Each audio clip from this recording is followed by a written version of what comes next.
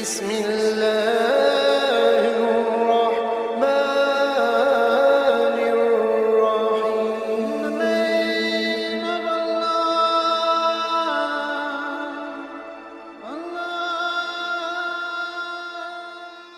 بسم اللہ الرحمن الرحیم.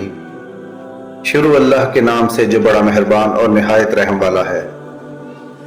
دوستو، آج کی ویڈیو میں ہم حضرت سلیمان علیہ السلام اور ملکہ سبا کا قصہ بیان کریں گے. سبا ایک ملک کا نام تھا. ملک سبا میں ایک عورت حکومت کرتی تھی. کہا جاتا ہے کہ ایک مرتبہ حضرت سلیمان علیہ السلام کا دربار لگا ہوا تھا. اس دربار میں ہر قسم کے چرند پرند موجود تھے، لیکن ان جانوروں کے درمیان ہدہد موجود نہیں تھا. حضرت سلیمان علیہ السلام کو ہدہد کے حاضر نہ ہونے پر کچھ پریشانی ہوئی. وہ چاروں طرف نظر دوڑا رہے تھے اور ہدہد کو تلاش کر رہے تھے. چنانچہ ہدہد حاضر ہوا. حضرت سلیمان علیہ السلام نے دیر تک غیر حاضر رہنے کی وجہ دریافت کی. ہدہد نے بتایا کہ ملک سبا میں ایک عورت حکومت کرتی ہے. وہ اللہ کے دین پر یقین نہیں رکھتی. وہ آتش پرست ہے. اس کے پاس کثیر فوج ہے. وہ عالی شان محل میں رہتی ہے.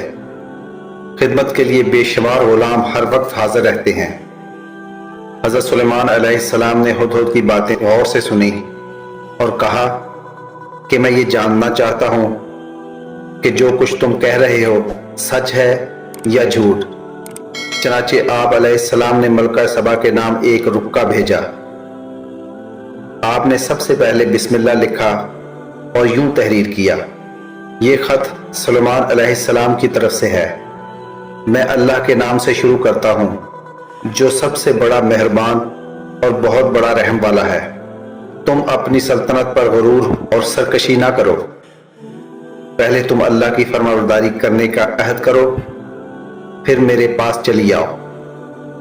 آپ علیہ السلام نے خط ہدہد کے حوالے کیا اور بولے کہ یہ خط اس کے سامنے ڈال دو.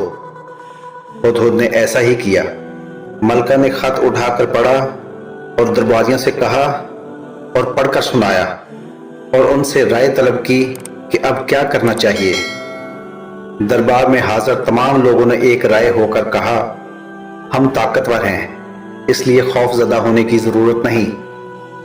ہم سلیمان علیہ السلام کا مقابلہ کرنے کی طاقت رکھتے ہیں. ملکہ سبا نے کہا: یہ تو ٹھیک ہے، اس میں کوئی شک نہیں. ہم کمزور تو نہیں ہیں، لیکن ہمیں سوجھ بوجھ سے کام لینا چاہیے. ان سے دوستی کا ہاتھ بڑھانے کے لیے میں تحفے تحائف بھیجتی ہوں. اگر انہوں نے ہمارا تحفہ قبول نہ کیا تو میں سمجھوں گی کہ وہ پیغمبر ہیں. پیغمبروں کو مال و دولت کی ہوس نہیں ہوتی. اگر انہوں نے تحفہ قبول کیا تو میں سمجھوں گی کہ وہ صرف بادشاہ ہیں. بادشاہوں کو ملک گیری کی ہوس ہوتی ہے. میں اس بات سے خوف زدہ ہوں کہ بادشاہ جس ملک میں داخل ہوتے ہیں وہاں تباہی مچا دیتے ہیں، ہر چیز کو تباہ و برباد کر دیتے ہیں. ملکہ نے یہی سوچ کر تحفے تحائف بھیجے. تحفوں کا سامان لے کر خادم حضرت سلیمان علیہ السلام کی خدمت میں حاضر ہوا تو آپ علیہ السلام نے فرمایا کہ میرا مقصد یہ نہیں جو ملکہ نے سمجھا ہے. میرے پاس دولت و حشمت کی کمی نہیں ہے. خدا نے مجھے بہت کچھ دے رکھا ہے. میں چاہتا ہوں کہ ملکہ میرے حکم کی تعمیل کرتے ہوئے میرے پاس چلی آئے.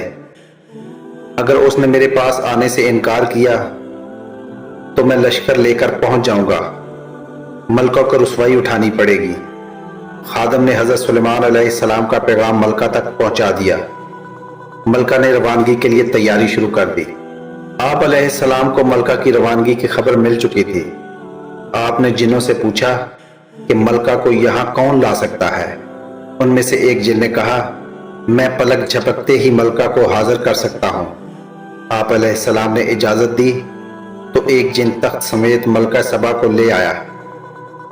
حضرت سلیمان علیہ السلام نے اللہ کا شکر ادا کیا اور حکم دیا کہ اس تخت کی شکل بدل دی جائے. جب ملکہ دربار میں پہنچی تو اس سے پوچھا: کیا تیرا تخت بھی ایسا ہی ہے؟ اس نے کہا: یہ تو وہی ہے. حضرت سلیمان علیہ السلام نے اپنے محل کو حیرت انگیز طریقے سے بڑی حکمت کے ساتھ تعمیر کیا۔ محل کا فرش شیشے سے تیار کیا ہوا تھا۔ فرش کے نیچے پانی کی نہریں بہہ رہی تھیں۔ ایسا معلوم ہو رہا تھا جیسے یہ فرش نہیں بلکہ پانی ہی پانی ہے۔ جب ملکہ سبا محل کے فرش پر پاؤں رکھنے والی ہی تھی کہ پیچھے ہٹ گئی اور اپنے پانچے اوپر چڑھا لیے۔